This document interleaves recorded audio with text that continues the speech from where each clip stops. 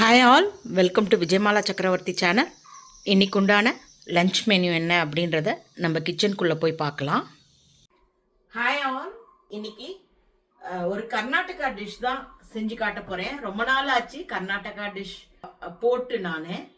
So சீக்கிரமாக இனிமேல் Karnataka food series போடுறேன். மாத்வா ஃபுட்ஸ் எல்லாமுமே போடுறேன் நான். நிறையா பேர் நீங்கள் என்கிட்ட கேட்குறேன், நீங்கள் மாத்வால ஐயங்காரான்ட்டு. ஸோ இந்த மாதிரியான டாபிக்ஸ் இங்க வேண்டாம். இன்னைக்கு வந்து ஒரு கர்நாடகால ரொம்ப ஃபேமஸான ஒரு டிஷ்ன்னு பார்த்தேன் அப்படின்னாக்கா அவரைக்கால் வச்சு பஸ்ஸாருன்னு ஒன்று பண்ணுவா. ஆல்ரெடி அதை நான் என் வீடியோவில் போட்டிருக்கேன் நான். அதே மாதிரியே வந்து ஈரைக்காயும் துவர்பெலை. ஈரைக்காய்ன்றது வந்து பீர்க்கங்காய், துவர்பெலைன்றது துவரம்பருப்பு. இது வச்சு நம்ம வந்து ஒரு பஸ்ஸாறு பண்ணலாம். இந்த ஈரைக்காய் பஸ்ஸாரில் வந்து ஈரைக்காயும் துவர்பெலையும் வேக வச்சு எடுத்து அந்த வேக வச்ச ஐட்டத்தை வந்து நம்ம தனியா ஒரு தேங்காய் போட்ட காய் மாதிரி பண்ணுவோம். அதுக்கப்புறம் அந்த வடிகட்டின ஜலத்தை வச்சு ஒரு சாறுன்னு ஒண்ணு பண்ணுவா. அதாவது குழம்பு மாதிரி இருக்கும்னு வச்சுக்கோங்களேன். சோ அதை வச்சு நம்ம ஒரு சாறு பண்ணிக்கலாம், பஸ்ஸாருன்னு சொல்லுவா. இதை வந்து ஈரைக்காய் துவர்பெலை காய் பல்லியா. சோ இந்த ஐட்டத்தை தான் நம்ம இப்ப பண்ண போறோம். இது முத்தைக்கும் ரொம்ப நன்னா இருக்கும், சாதத்துக்கு தொட்டினாலுமே நன்னா இருக்கும். ஆனா இந்த ஊருக்கார மெயின்லி அதை வந்து முத்தைக்கு தான் யூஸ் பண்ணுவா. நான் இன்னைக்கு சாதம் தான் ரெடி பண்ண போறேன். வாங்கோ, எல்லாருக்கும் வீடியோ பிடிச்சிருந்ததுன்னா தயவு செய்து வீடியோவை லைக் பண்ணிட்டு பாருங்க. பிடிச்சிருந்தா சப்ஸ்கிரைப் பண்ணிக்கோங்க. நம்ம இப்ப வீடியோக்குள்ள போலாம். இன்னைக்கு வந்து ஈரைக்காய் பஸ்ஸாறு பண்ண போறேன். இது வந்து துவரம்பருப்பு போட்டு தான் பண்ண போறேன். ஸோ ஈரைக்காய், அதாவது பீர்க்கங்காயை பொடி பொடியாக கட் பண்ணி எடுத்துட்டேன். அதுக்கப்புறமா துவரம்பருப்பு வந்து ஒரு 50 கிராம் எடுத்துட்டுருக்கேன். எனக்கு அளவு கம்மியாக வேணும், 2 பேர் சாப்பிட்றதுக்கு தான். ஸோ அதனால் 50 கிராம் தான் எடுத்துட்டுருக்கேன். அதுக்கப்புறமா இது இந்த தில் லீஃப், இங்கே வந்து சப்பக்கி சொப்பு அப்படின்வா, கருவேப்பிலை. ஸோ இதெல்லாம் தான் இனிஷியலி தேவைப்படக்கூடிய சாமான்கள். ஒரு பாத்திரத்தில் வெந்நீர் எடுத்து ஆன் பண்ணி வச்சுருக்கேன். இதில் வந்து குக்கரில் போட்டு பருப்பு வேக வைக்கக்கூடாது, நேராக தான் பருப்பை வேக வைக்கணும். இப்போ நான் வந்து ஒரு 50 கிராம் துவரம்பருப்பு எடுத்துட்டதை அலம்பின்னு வந்துட்டேன். இதை வந்து அப்படியே நேராகவே குக் பண்ண போகிறேன். உடனேயே உப்பு மஞ்சள் பொடியெல்லாம் போட்டேன்னா வேகாது. கொஞ்சம் நேரம் இது வெந்துட்டதுக்கப்புறமா கொஞ்சம் உப்பு அதெல்லாம் போட்டுட்டு அந்த காயை ஆட் பண்ணலாம். இப்போ பார்த்தேன் அப்படின்னாக்கா ஜலம் ஜாஸ்தியாக இருக்கிற மாதிரி ஃபீல் ஆகும் இல்லையா? இந்த ஜலத்தை வச்சு தான் நம்ம வந்து சாறு பண்ணுறதுக்கு, பல்லியாக பண்ணுறதுக்கு பருப்பை எடுத்துப்போம். இந்த ஜலத்தை வந்து சாறு பண்ணுறதுக்கு எடுத்துப்போம். அதனால் உங்களுக்கு எவ்வளோ குவான்டிட்டி சாம்பார் வேணுமோ அதுக்கு தகுந்தாப்புல இந்த ஜலம் வச்சுக்கலாம். சாறுன்றது இந்த ஊரில் சாம்பார், ரசம், அதாவது எனிதிங் லிக்விடாக இருக்கிறத சாறுன்னு சொல்லுவாள். நம்ம வந்து இப்போ பருப்பு வேகிற வரைக்கும் வெயிட் பண்ணலாம். ஒரு 50% வெந்ததுக்கப்புறம் காய் ஆட் பண்ணலாம். பார்த்தேன்னாக்கா இப்போ தான் கொஞ்சம் கொஞ்சமாக வெந்து வர ஆரம்பிச்சிருக்கு. நடுவில் பார்த்தேன்னா ஒரு டாட் மாதிரி இருக்குல்ல, அதெல்லாம் இன்னும் வேகலைன்னு அர்த்தம். சுற்றி லேசாக வெந்திருக்கு. இன்னும் ஒரு 10 நிமிஷமாவது ஆகும் இது வேகிறதுக்கு. மூடி போட்டு வேக வச்சோன்னா சீக்கிரமாக குக் ஆகும். கீரை போட்டால் தான் மூடி போட்டு வேக வைக்கக்கூடாது. இதெல்லாம் மூடி போட்டு வேக வைக்கலாம், தப்பு ஒன்றும் இல்லை. இப்போ ஓரளவுக்கு ஒரு 60 to 70% வெந்திருக்கு இல்லையா? இந்த ஸ்டேஜில் நம்ம வந்து ஈரைக்காயை ஆட் பண்ணிக்கலாம். அதாவது பீர்க்கங்காய் கூடவே சப்பக்கி சொப்பு, தில் லீஃப் ரெண்டுத்தையுமே ஆட் பண்ணிடலாம்.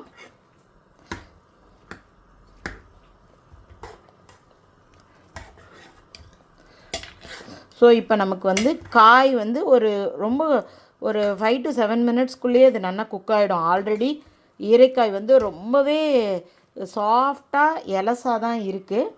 இதுக்குண்டான உப்பு நான் முன்னாடி உப்பை போடலை, ஏன்னா கீரை இது காயெல்லாம் சீக்கிரம் வெந்துடும், பருப்பு வேகிறதுக்கு டைம் எடுக்கும். பின்னாடி போட்டாக்கா இப்போ கரெக்டாக உப்போட இது வந்து பருப்புக்குள்ளே இறங்கியிருக்கும்.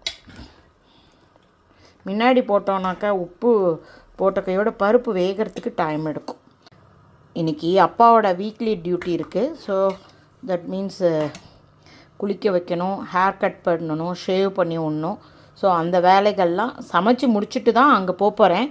ஸோ சமைச்சு முடிச்சுட்டு போகிறதுனால அந்த வேலை பண்ணதுக்கப்புறம் தான் குளிச்சுட்டு வர முடியும். ஏன்னா ஹேர் கட்லாம் பண்ணாக்கா அப்புறம் முன்னாடியே குளிச்சுட்டா நல்லா இருக்காது.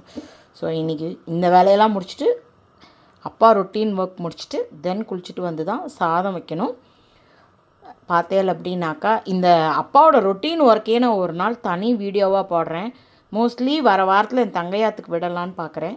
ஸோ அதுக்குண்டான ப்ரிப்பரேஷன் ஒர்க் எல்லாம் சேர்த்து உங்களுக்கு ஒரு வீடியோ போடுறேன். ஸோ எல்லாமே பருப்பு எல்லாமே ஓரளவுக்கு நல்லா வெந்துடுத்து, காயும் வெந்துடுத்து, ரொம்ப குழஞ்சி போக வேண்டாம். நம்ம இதை வந்து வடிகட்டிட்டு அந்த ஜலத்தை தனியாக எடுத்துக்கலாம். அதை வச்சு தான் நம்ம இப்போ பஸ்ஸாறு பண்ண போகிறோம்.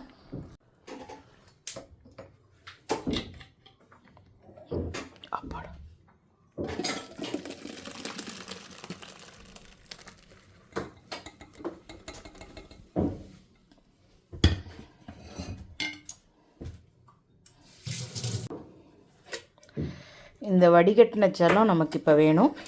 ப்ளஸ் இந்த வேக வச்சதில் உள்ள அந்த காய், கீரை, பருப்புலேருந்து ஒரு போர்ஷன் அரைக்கிறதுக்கு கொஞ்சம் எடுத்துக்கணும் அந்த சாறு பண்ணச்ச. ஸோ கொஞ்சம் நேரம் சூடு அடங்கட்டும். இது அதே பருப்பு வேக வச்ச அதே பாத்திரத்துலேயே நான் எண்ணெய் எடுத்துட்டுருக்கேன். அதுக்கப்புறமா அந்த வடிகட்டின ஜலம். இப்போ வெங்காயம் பூண்டு எடுத்துட்டுருக்கேன். சின்ன சைஸ் வெங்காயம் 3 எடுத்திருக்கேன். ஒரு 6-7 பூண்டு எடுத்திருக்கேன்.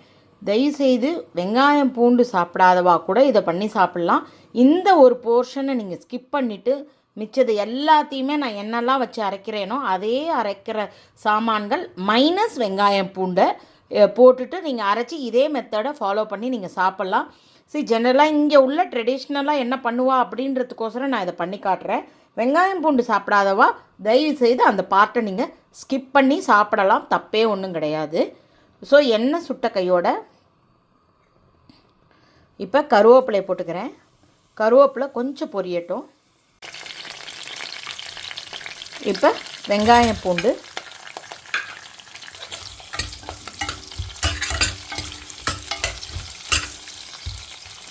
சில சாமான்கள் இங்கே எப்படி பண்ணுறாலோ அது மாதிரி நான் பண்ணி காட்டுறேன். கர்நாடகாவில் நான் நிறையா நேரங்கள் அதை நான் ட்ரை பண்ணியிருக்கேன். வெங்காயம் பூண்டு போடாமையே அந்த ஐட்டத்தை பண்ணி, இப்போ புலாவெலாம் குக்கர்லலாம் பண்ணி சாப்பிட்றச்ச வெங்காயம் பூண்டு போடாமல் பண்ணி சாப்பிட்டாலும் அது போட்டு சாப்பிட்டாலும் எனக்கு பெருசாக வித்தியாசமே தெரியறதில்ல. ஸோ அதனால் எந்தெந்த ஐட்டங்கள் வெங்காயம் பூண்டு இருக்கோ அதை நீங்கள் மைனஸ் பண்ணிவிட்டு மற்ற எல்லா ப்ரொசீஜரையும் ஃபாலோ பண்ணிக்கோங்க. வெங்காயம் பூண்டை மட்டும் ஸ்கிப் பண்ணிக்கோங்க. இது நல்லா வதங்கினதுக்கப்புறம் இதை மிக்சியில் எடுத்து போட்டுக்கலாம். வெங்காயம் பார்த்தெல்லாம் நல்லா கண்ணாடி பதத்துக்கு வந்துடுத்து, பூண்டுமே வதங்கி எடுத்து, கருவேப்பிலையும் நல்லா வதங்கி எடுத்து, நான் இப்போ இதை மிக்சி ஜாருக்கு ட்ரான்ஸ்ஃபர் பண்ணிக்கிறேன். இப்போ பஸ்ஸாருக்கு அரைச்சிக்கிறதுக்கு வதக்கின வெங்காயம் பூண்டு போட்டுருக்கேன். தேங்காய், கொத்தமல்லி தழை, அதுக்கப்புறமா நம்ம வேக வச்சு எடுத்துட்ட துவரம்பருப்பு, ஈரைக்காய், சப்பக்கி சொப்பு, அதாவது பீர்க்கங்காய், துவரம்பருப்பு, தில் லீஃப், இது எல்லாத்தையுமே போட்டுக்க வேண்டிதான். மஞ்சப்பொடி கொஞ்சம், அதுக்கப்புறமா சாம்பார் பொடி. சாம்பார் பொடி வேண்டான்னு நினச்சாக்க தனியா, வத்த மிளகாலாம் வறுத்து இதோட போட்டுக்கலாம். நான் இப்போ சாம்பார் பொடியே போட்டுன்ட்டேன். ஸோ நான் இதை இப்போ விழுதாக அரைச்சி எடுத்துன்னு வரேன். இப்போ நம்ம சாறு பண்ணிக்கலாம். ஃபஸ்ட்டு வந்து கடுகு, கொஞ்சமாக வெந்தயம், கொஞ்சமாக ஜீரகம், அதாவது 1 teaspoon mustard seed, 1/2 teaspoon methi, 1/2 teaspoon jeera, கறி லீஃப், பெருங்காயம்.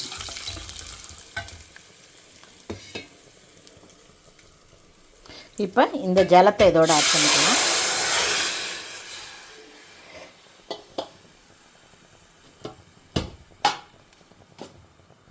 இந்த பேஸ்ட்டை அரைக்கும் போது புளி சேர்த்துக்க மறந்துட்டேன். புளியை வந்து கொஞ்சமாக ஊற வச்சு அந்த சதப்பத்தோடையே நீங்கள் வந்து அரைச்சிக்கலாம். இதை போய் திருப்பியும் ஒரு தடவை நைஸாக அரைச்சி எடுத்துன்னு வந்துடுறேன்.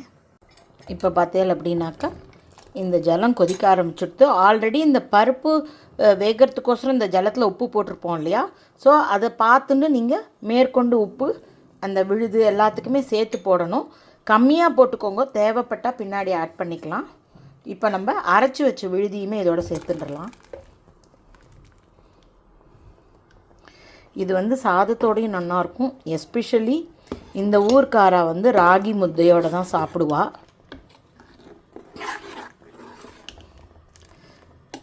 நான் திருப்பி சொல்கிற மாதிரி வித்தவுட் ஆனியன் கார்லிக் கூட ட்ரை பண்ணி பாருங்க, நல்லாயிருக்கும். இதில் வெறும் இந்த கிரேவி மட்டும்தான் இருக்கும். நம்ம வடிகட்டினதை காயாக பண்ணிவிடுவோம் பக்கத்தில். பச்சை மிளகாயை அரைக்கரைச்சியும் போட்டுக்கலாம். பட் இந்த மிளகா கொஞ்சம் காரமாக இருக்கிற மாதிரி நான் ஃபீல் பண்ணேன். அதனால் நான் தனியாகவே இப்படி போட்டுக்கிறேன். காரணம் என்னென்னா, சாப்பிட்றச்சு எடுத்து வச்சுடலாம் வெளியில். அரைச்சிட்டோன்னா அப்படியே சாப்பாட்டோடு கலந்துடுறதா சம்டைம்ஸ் ரொம்ப வயிற்ற வலிக்கிறது. ஸோ இது நல்லா ஒரு கொதி வந்த கையோட ஒரு கட்டி வெல்லம் போடணும். வெல்லம் போடலைன்னா கர்நாடகா டிஷ்ஷே இல்லை இது. ஸோ நல்லா கொதி வரட்டும். ஒரு சின்ன கட்டி வெல்லம் போட்டுடலாம். ஸோ நமக்கு இப்போ பஸ்ஸார் ரெடியாக எடுத்து இப்போ நம்ம ஈரைக்காய் துவர்பலை பல்யா ரெடி பண்ணிக்கலாம்.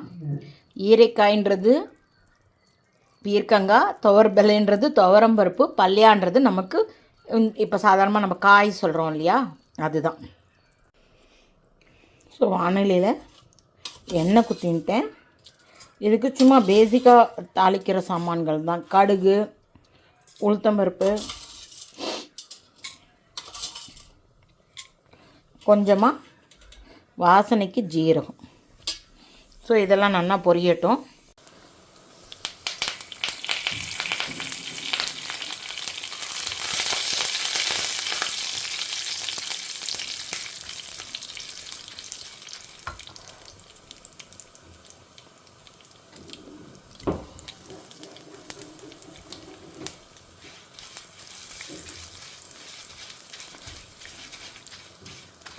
கொஞ்சம் செவக்கட்டும் பருப்பு.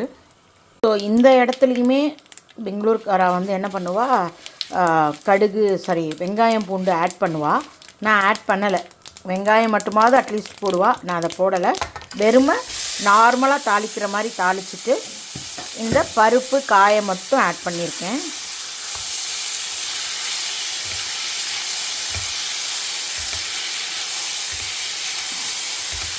ரொம்ப குழையாமல் எடுத்துட்டேன்னாக்கா கொஞ்சம் கண்ணுக்கு ஷேப்பு தெரியும்.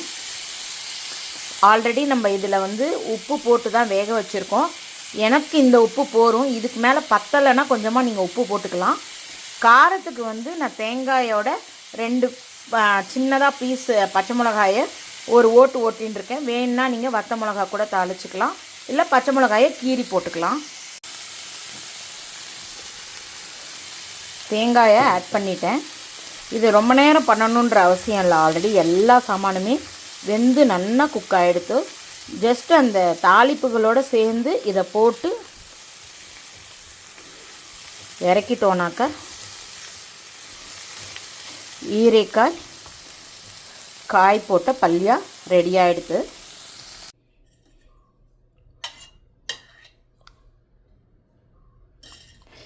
டெய்லியே ஒரு 1/2 டீஸ்பூன் நம்ம வந்து நெய் குத்திக்கிறது ஒரு ஹேபிட்டாக வச்சுக்கணும். பிகாஸ் குட் கொலஸ்ட்ரால் வந்து நமக்கு இம்ப்ரூவ் பண்ணும்.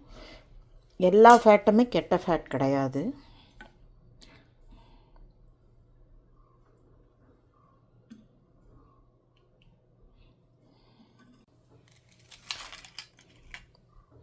ஸோ இன்றைக்கு உண்டான லஞ்சு சர்விங் ஆச்சு. இன்றைக்கு உண்டான லஞ்ச் மெனு ரெடியாக எடுத்து பார்த்தேன்னாக்கா ஈரைக்காய் துவர்பலை போட்டு பஸ்ஸார் ரெடி பண்ணியிருக்கேன். ஃபஸ்ட் கிளாஸ் பஸ்ஸாரு. அதுக்கப்புறமா அதே பல்யா பண்ணியிருக்கேன். நேற்று வாங்கின சிப்ஸ் கொஞ்சம் இருக்குது. சுட சுட சாதம், தயிர். Hope you are all enjoying my video. If you like it, please like and subscribe my channel. Thank you for வாட்சிங். Bye bye all.